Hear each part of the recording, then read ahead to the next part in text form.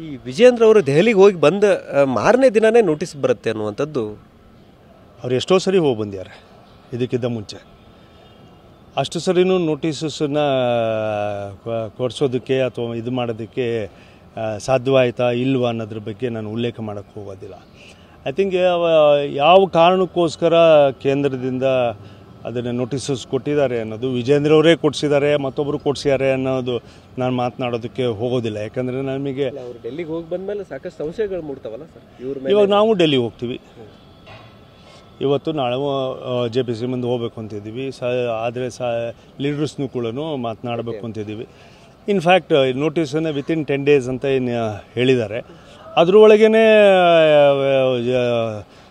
ಸನ್ಮಾನ್ಯ ಯತ್ನಾಳ್ ಅವರು ಅಲ್ಲೇ ಹೋಗ್ಬಿಟ್ಟು ಕಂಡುಬಿಟ್ಟು ಈ ನೋಟಿಸ್ ಇಶ್ಯೂ ಮಾಡಿದಿರಿ ಏನು ಅಂತೇಳಿ ಕ್ಲಾರಿಫಿಕೇಷನ್ಸು ಕೂಡ ಅವ್ರು ಅವಕಾಶ ಕೊಟ್ಟರೆ ಅಲ್ಲೇ ಕೊಟ್ಟು ಬರ್ತಕ್ಕಂಥ ಪ್ರಯತ್ನಗಳು ಕೂಡ ವೆರಿ ನೆಕ್ಸ್ಟ್ ಡೇ ಮಾಡ್ಬೋದು.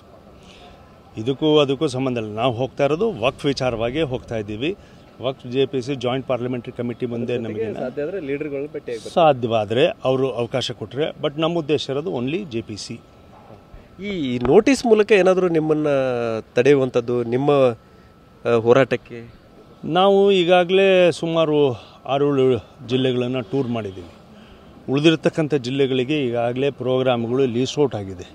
ಮತ್ತು ಫೈನಲ್ ಆಗಿ ದಾವಣಗೆರೆಯಲ್ಲಿ ಒಂದು ದೊಡ್ಡ ಸಮಾವೇಶನ ವಕ್ಫ್ ವಿಚಾರವಾಗಿ ಸಮಾವೇಶನ ಮಾಡಬೇಕು ಅಂತ ಹೇಳ್ಬಿಟ್ಟು ಹಣ ಮತ್ತು ರೈತರ ಸಾರ್ವಜನಿಕರ ಬೆಂಬಲವನ್ನು ಈಗಾಗಲೇ ಕ್ರೋಢೀಕರಿಸ್ತಕ್ಕಂಥದ್ದನ್ನು ತಾವೇ ಜನರ ಮುಂದೆ ಜನನೇ ಮಾಡಿರ್ತಕ್ಕಂಥದ್ದನ್ನು ಕಂಡಿದ್ದೀರಿ. ಹೆದರಿಸುವಂಥದ್ದು ನಡೀತಾ ಇದೆ. ಹೆದರ್ಸೋದಕ್ಕೆ ಏನು ಯಾವ ಚುನಾವಣೆ ಇದೆಯಾ, ಏನಿದೆ ಈಗ? ಅಲ್ಲ, ಜನಪ್ರಿಯತೆ ಜಾಸ್ತಿ ಆಗ್ತಾ ಇದೆ ನಿಮಗೆ.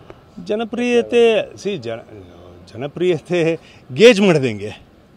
ಜನಪ್ರಿಯತೆನ ಗೇಜ್ ಮಾಡೋದಕ್ಕೆ ಸಾಧ್ಯನೇ ಇಲ್ಲ. ಬಿಕಾಸ್ ಇವತ್ತಿರ್ತಕ್ಕಂಥದ್ದು ನಾಳೆ ಕಡಿಮೆ ಆಗ್ಬೋದು, ಅಥವಾ ಇವತ್ತು ಕಡಿಮೆ ಇದ್ದಿದ್ದು ನಾಳೆ ಯಾವುದೋ ವಿಚಾರಕ್ಕೆ ಜಾಸ್ತಿ ಆಗ್ಬೋದು.